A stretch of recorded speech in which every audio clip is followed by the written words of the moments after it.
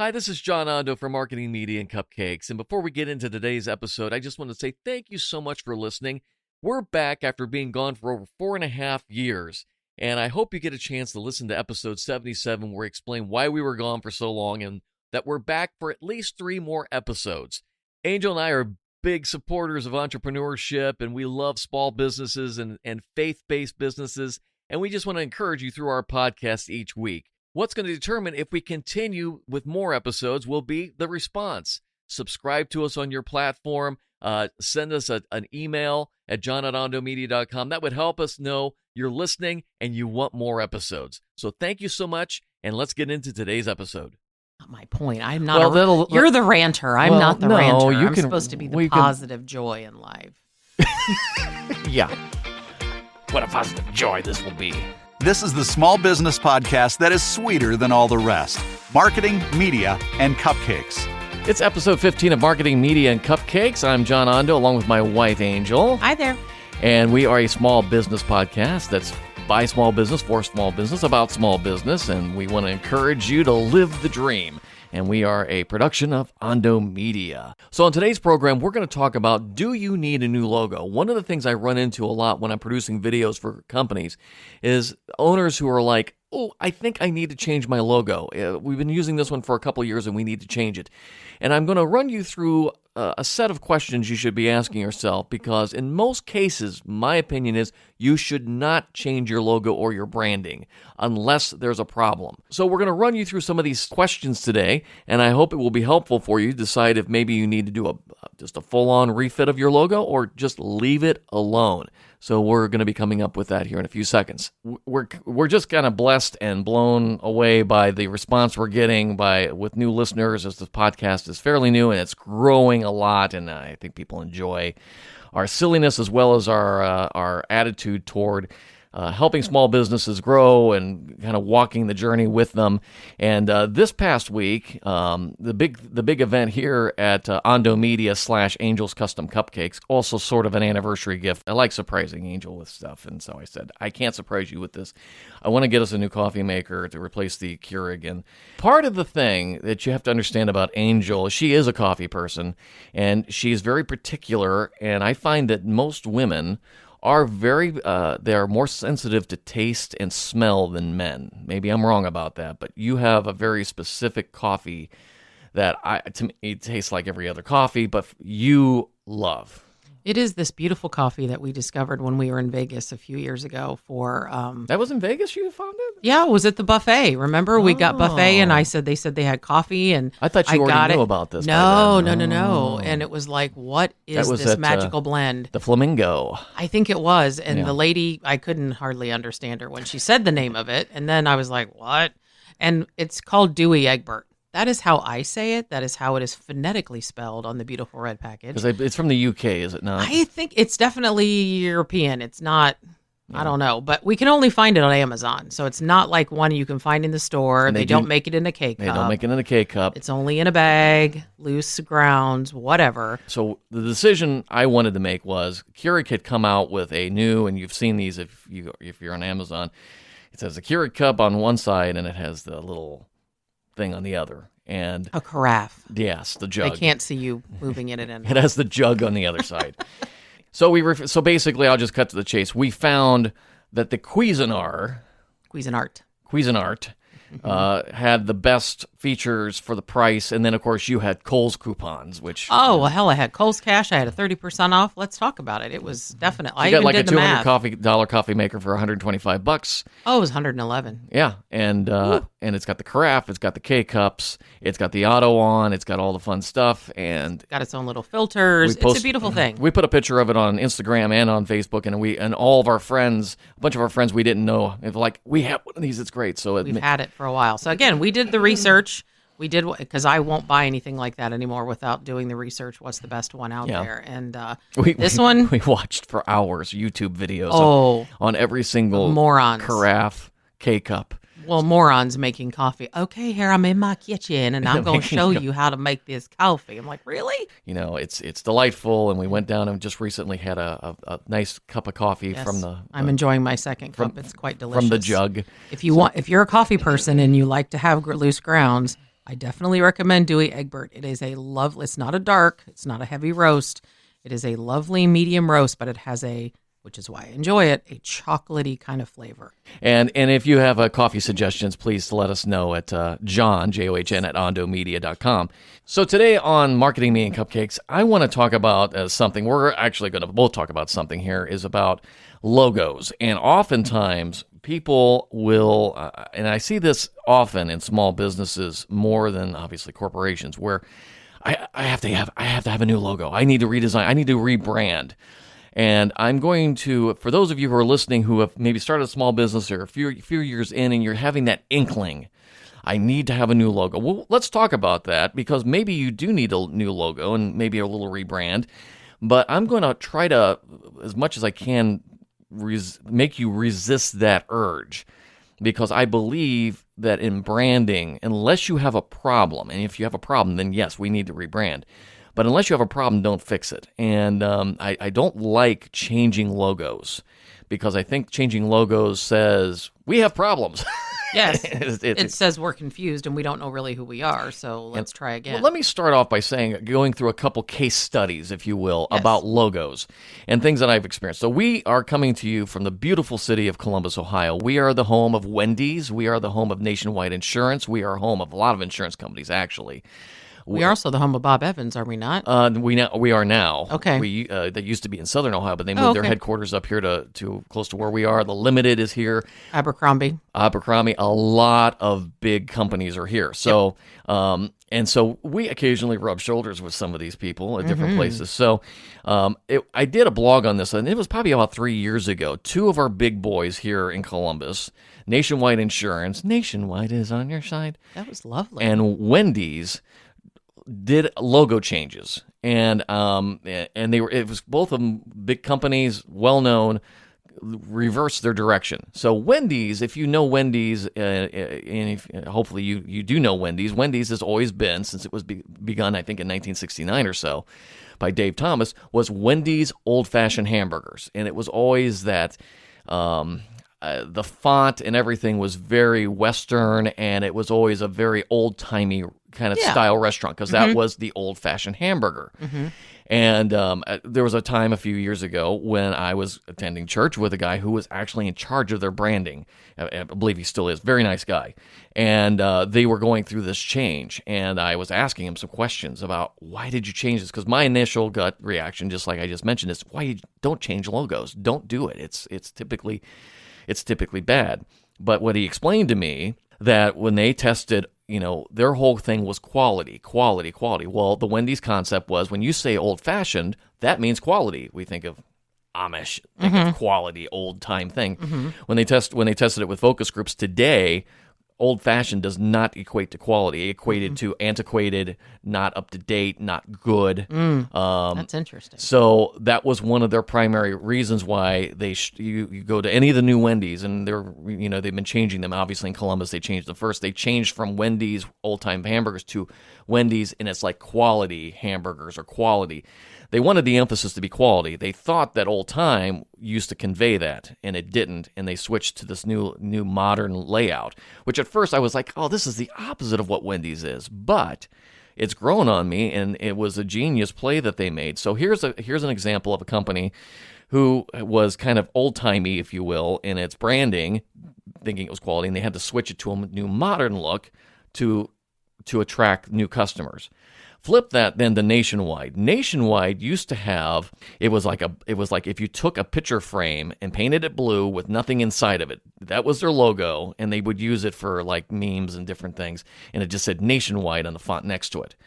About the same time that Wendy's changed their logo, Nationwide flipped back from that new modern logo back to their original big N with an eagle in it. I'm willing to bet their concept was, we want to show we have been around for a long time. We are quality. We want to bring back a retro logo so you can say, yeah, this is Nationwide. So that's, a good example of how two companies who've been around for a while did two different strategies. One went modern, one went back to retro. And now there's just recently a new one that's just changed, and that's Pizza Hut. and I was kind of excited because I used to love Pizza Hut, and not so much in recent days, and they've been struggling in the pizza market. And if you've noticed, they were founded, I guess, in 1969, so they're doing a retro back to their original Pizza Hut logo. Basically, they said, we want to go back and show people this is what Pizza Hut, if you remember Pizza Hut, it was quality, it was great, and, maybe we've gotten off our core values or something, and they want to bring people back to that. So you and I were talking about logos before we got on here about some of the logos that catch your attention that you kind of like and know and... Yeah, I mean, one of my favorite places, and I'll just shamelessly say Target or Target, as Yes. we call it. I've been shopping there for as long as I can remember. I look for local ones wherever I'm traveling. That big circle, first of all, red is one of my favorite colors. And if I wear red in a Target, I'm usually stopped by strangers to find out where things are. Yeah. And I actually had an experience in line at Target last week where a lovely woman in front of me was looking for something, and the poor person who worked at Target was like, I don't know if we have those. And I said, well, and then I, of course, because I can't help it, being she's in a customer service. Yep. Yeah. I jumped in and said, well, there's a car section that, I mean, it's got tons of things. And she's like, oh, I don't think I saw that. And I said, okay, well, you're going to want to go down there. You're going to want to go through the pillows, make a left. I mean, I literally was describing it. You were wearing red. I happened to be wearing red. You're wearing the Target red. But what was funny is the lady working at Target said, yeah, I'd listen to her, which I thought was fantastic because I had no authority. And yet somehow just in the way I spoke and was so confident. And you had the on the red. You had the red on. So, and a lot of times if you wear black, a lot of places make customer service people, retail, wear black, and you wear it. So if I wear a black shirt, if somebody will come up, excuse me, I'm like, I don't work here. Yeah. Go away. So yeah, that's how he handles customer service. No, I try to be nice with people. He tries to be. So a couple of things about logo design. I'm just going to go over that. You may know what these are, but and I'm quoting from a great article from Jacob Cass. So he's got an article called 5 Principles of Effective Logo Design. I'm just going to run through them and add my own take to it. But simple, memorable, timeless, versatile, appropriate. So let me break that down to you. If I go simple, when I look at simple, and a lot of people will use the word minimalist now, Apple. Okay, now Apple changes its logo all the time. They just changed it back to this glassy rainbow kind of look, but it's still, without a doubt, the Apple logo. They just changed typically what's inside the logo. Yeah, still an apple with a bite out of it. Yeah. So simple, keep it simple, stupid is always important with a logo. Angel's Custom Cupcakes, I designed that. Now that I use some help. If you're familiar with Invento, they have graphic logos you can buy. They're art ready, and I picked up a cupcake swirl from her that has the little cupcake. I think I modified the colors a little bit, and then I used the lowercase Arial thin font for her, but it's very clean. It's very simple. Memorable. Can you see the logo and, like you say, Target or Pizza Hut, you instantly can recognize it. Small businesses, I don't know if that's as big of a deal necessarily, but you want to be able to go, here's what you don't want to have. You don't want to look at a logo and go, oh, that looks like somebody else's logo. That's what is very critical. There's a lot of cupcake companies out there, and they all use similar colors, and I will admit that Gigi's and a lot of the ones, we all kind of share the same colors, so I tried to make ours not look exactly like theirs, but we do have a lot of shared things, and most cupcake people do to some extent. So I try to make it different enough that you look at it and you don't get confused. I don't want Gigi's calling me saying, change your logo, it looks like ours. So, and likewise, I don't want to call them and say, you change yours. But anyway, timeless. Now, timeless is kind of an interesting word because timeless to me means that you're not locked into like the Wendy's logo where it was old-fashioned and it didn't work for them anymore. You also don't want something so modern that it becomes dated in a couple of years. You want something generic and timeless. The Apple logo, again, it's timeless. It will work 50 years from now. Versatile. Now, here's the important part I want to mention, the versatile. Can you put it on the website and it will fit properly? Does it, we have on Angel's Custom Cupcakes, it typically is a square. It has the cupcake on top, Angel's, and then custom cupcake below it. But I also have a rectangular version that will fit for websites. And then I have just the cupcake that is the icon that we put on Instagram and, different places you need to see an icon.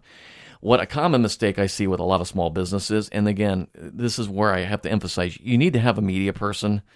help you out if you do not have the skill set. And I understand there's a difference between knowing that you like something and knowing what will work for your business. And can you read the text? This is one of the biggest things I see. I see people slap a logo up on an Instagram icon for your profile, and there's text in it. You can't read that.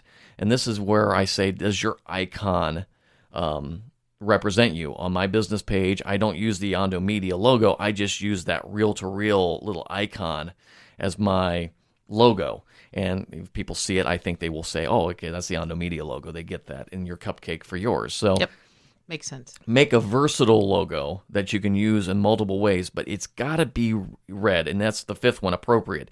So if we're going to talk about logos, we do need to take a second and talk about your company's name. I say, as a rule, typically 3 to 4 words maximum on a company name. We spent a while trying to figure out what to call your company. Yes, because what I wanted to call it, since I was 15, it was already taken. Somebody's already branded it. So yeah, so it was like it was gone. So using Angels Heavenly Delights was not something, because that just left it kind of wide open for what I could do. And to be honest with you, now this is for me, and this is something we're going to talk about, is collaboration and bouncing things off other people. Angels Heavenly Delights could be anything. Yep. And so I like the fact that you're Angels Custom Cupcakes. And the real word that we've talked about before is that you're custom. Your claim to fame is just stump me. Try to come up with something that I can create. So it's custom. So custom's the big word. Yep.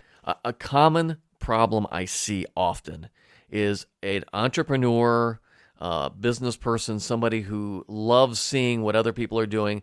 They walk into a small company, a brewery, or a new store, and they see a cool logo, and they go, oh my gosh, that's great. My logo should look like that. And they go into a rebranding of their company that maybe is only 2 or 3 years old. And then guess what? 2 or 3 years later, they walk into another store. Oh my gosh, that logo is so cool. We need to rebrand. You have to stick with the logo. I mean, just because somebody else has a cool logo doesn't mean that logo works for you. Just because you like a logo doesn't mean the rest of the world is expecting you to change the logo. Coca-Cola is running on the same logo for the most part since the 1800s. Other companies are still running with iconic logos that haven't changed in 50, 60 years. And if you are younger, and I say younger, I'm in my 50s, and you think, well, we've got to stay modern. No, you don't. What is modern? Well, right now we're in the world of retro logos that years ago my generation was that you don't want that old style logo with that script font, but it's become cool again. So I say find a place with your company's brand and stick with it. Now, you can make modifications to it. In television, when high definition came out about 15 years ago, a lot of the networks changed their logos, but very slightly. The classic one I always look at is MTV. MTV, if you remember, the classic MTV logo was a square M. When they went HD, they took the M, instead of it being squared, they took it to more of a 16:9 ratio, which is HD. And it was kind of their refit to say they were HD. And a lot of networks did that to kind of reflect high definition, that we've gone from being a square television network to a wide format. And that's a way that you can tweak a logo very easily. This is a great example of something that happened to me. I worked at a radio station here in town, and we redid the logo. And about 2 years later, we wanted to do a tweak. We thought we could do a little better, and we did what we should have done the first time. We brought in a graphic artist who really knew their stuff. And what she did, and it was great, she took the logo we created. It was basically the same, but all she did was italicize it and stretched it out a little fatter. And I looked at it, and I'm like, oh my gosh, it makes me mad. I'm like, this is insane. Why didn't I think of that? But it was such a simple change, but it looked awesome. I can't emphasize enough, a little change keeps it within your brand family, but might make a big difference to the look of your logo. And here's where I can't emphasize enough. Just because you're a business owner and you know what you like with your product doesn't necessarily mean you are the person best to create your logo.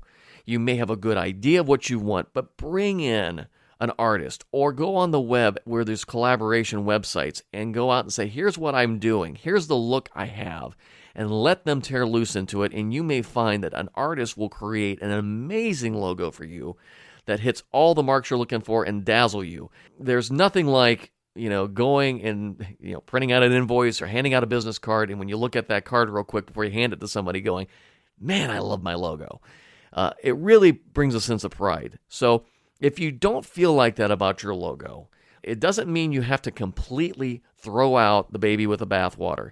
You may just need to get a graphic artist in and say, take my logo to the next level, but keep it close enough that it's not a big change, and see what happens. So let's review real quickly. Again, the 5 principles of effective logo design. This is from Jacob Cass. Simple. Keep it simple, stupid. We all know that saying. Memorable. Timeless. Again, don't lock into a specific era unless that fits what your product is. Versatile. Are you able to move this logo and change it in a way to go on different social media profiles, black and white paper, print, etc.? Versatile. And is it appropriate? Does it match your business? Does it, when you see that logo, do you think it fits with my business? It is very, very dangerous to be in a situation where you feel like some new company just came out, something you like, and I need to change my company to feel more like that fad. These are fads, and you're better off sticking with where your company began and maybe making some color adjustments, maybe making a font adjustment, but keep the basic logo. And don't forget how expensive it is to change a logo. I watched, as we mentioned earlier in this show, Nationwide Insurance changed its logo, and watched the cranes above the, it's 30-story building in Columbus, changing out, I'm sure, what was probably a $500,000 sign. So logo changes are expensive. So don't just think this will be something fun I can just change on my website. It can be a big deal. Choose wisely and get the best logo for your company. Yeah. Again, we are so excited to have all of our new listeners on, and we have been growing so much. If you've been listening for a while, thank you for being with us. And please subscribe to the podcast on whatever format you listen to. We're just about on everything out there now, as well as share with others. Share with other small businesses. We think we are just kind of a grassroots, down-to-earth small business podcast. We try to have a lot of fun. We try to emphasize family with what we do. And so please share this with others. And if you have a podcast and we can be helpful to you as a guest, I can talk about media, marketing, Star Trek, all kinds of fun stuff. Angel can talk about customer service and obviously baking and her cupcakes. So please let us know, John at ondomedia.com, got the link below, that you can contact us and find out more information. And we just wish nothing but success for your small business. Please stay in contact with us and live the dream. Connect with John and Angel via Facebook and Instagram and let us know your thoughts. Marketing, Media, and Cupcakes is a production of Ondo Media.